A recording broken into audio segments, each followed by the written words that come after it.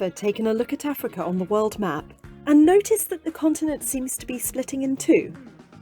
One of the most complex geographical wonders of the world, the East African Rift, is an area rich with natural wonders.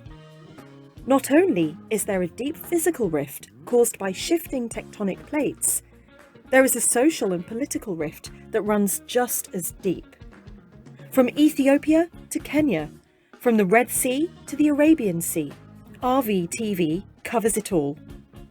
Hello, welcome to Rift Valley Tube, your source for the histories, news and narratives of the phenomena that is East Africa and its shifting lands.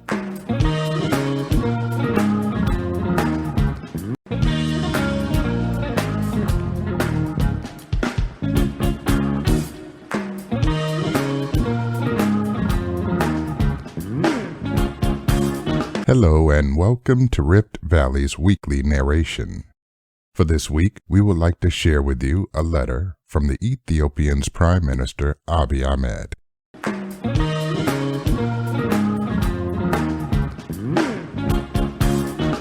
Toward a peaceful order in the Horn of Africa. Abiy Ahmed.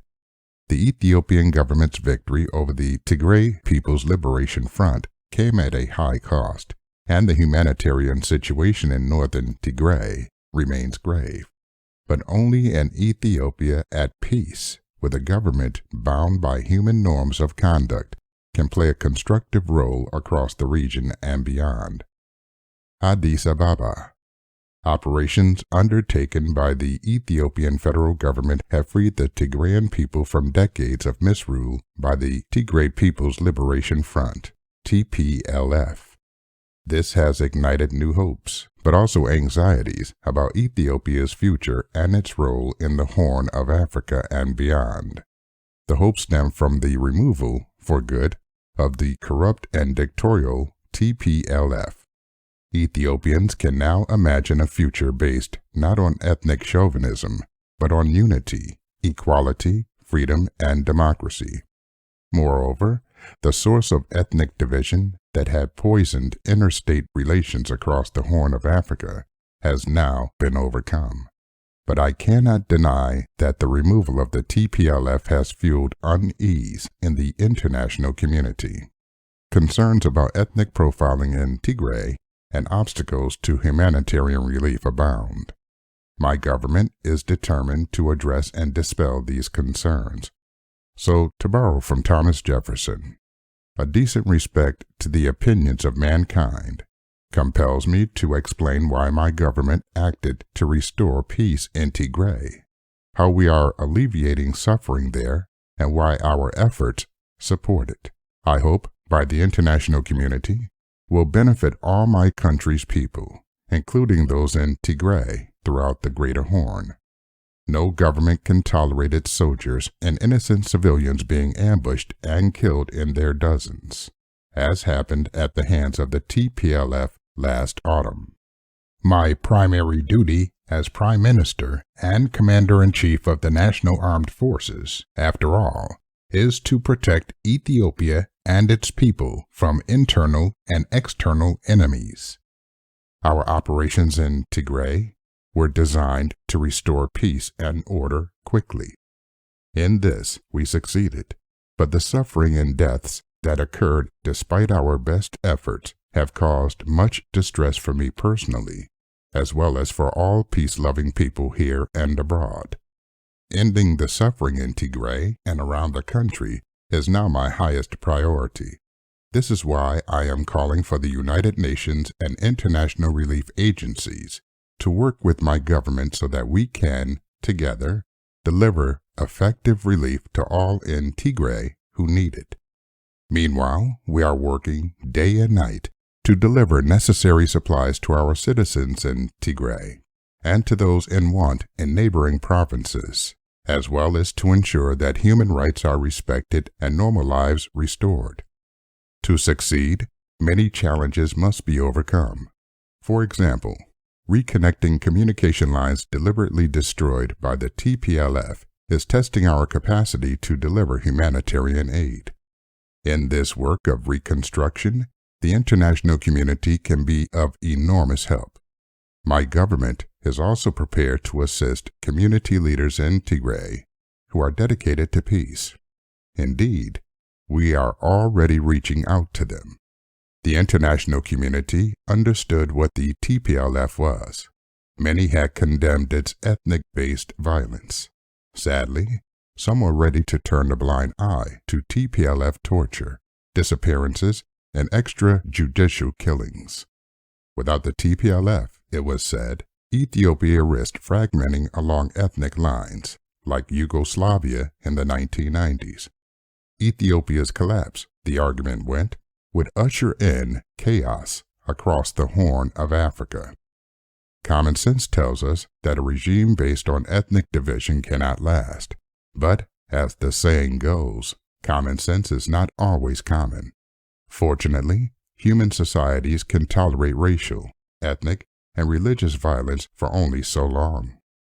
In the roughly 5 years leading to my election in April 2018 as leader of then-ruling Ethiopian People's Revolutionary Democratic Front, which until then had included the TPLF, popular challenges to the regime multiplied.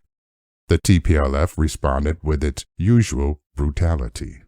The 2018 vote moved the country in a new and inclusive direction. The political party I now lead is the first in Ethiopia that is not based on race, religion, or ethnicity. The TPLF's regional policy was a crude extension of its domestic divide and rule strategy.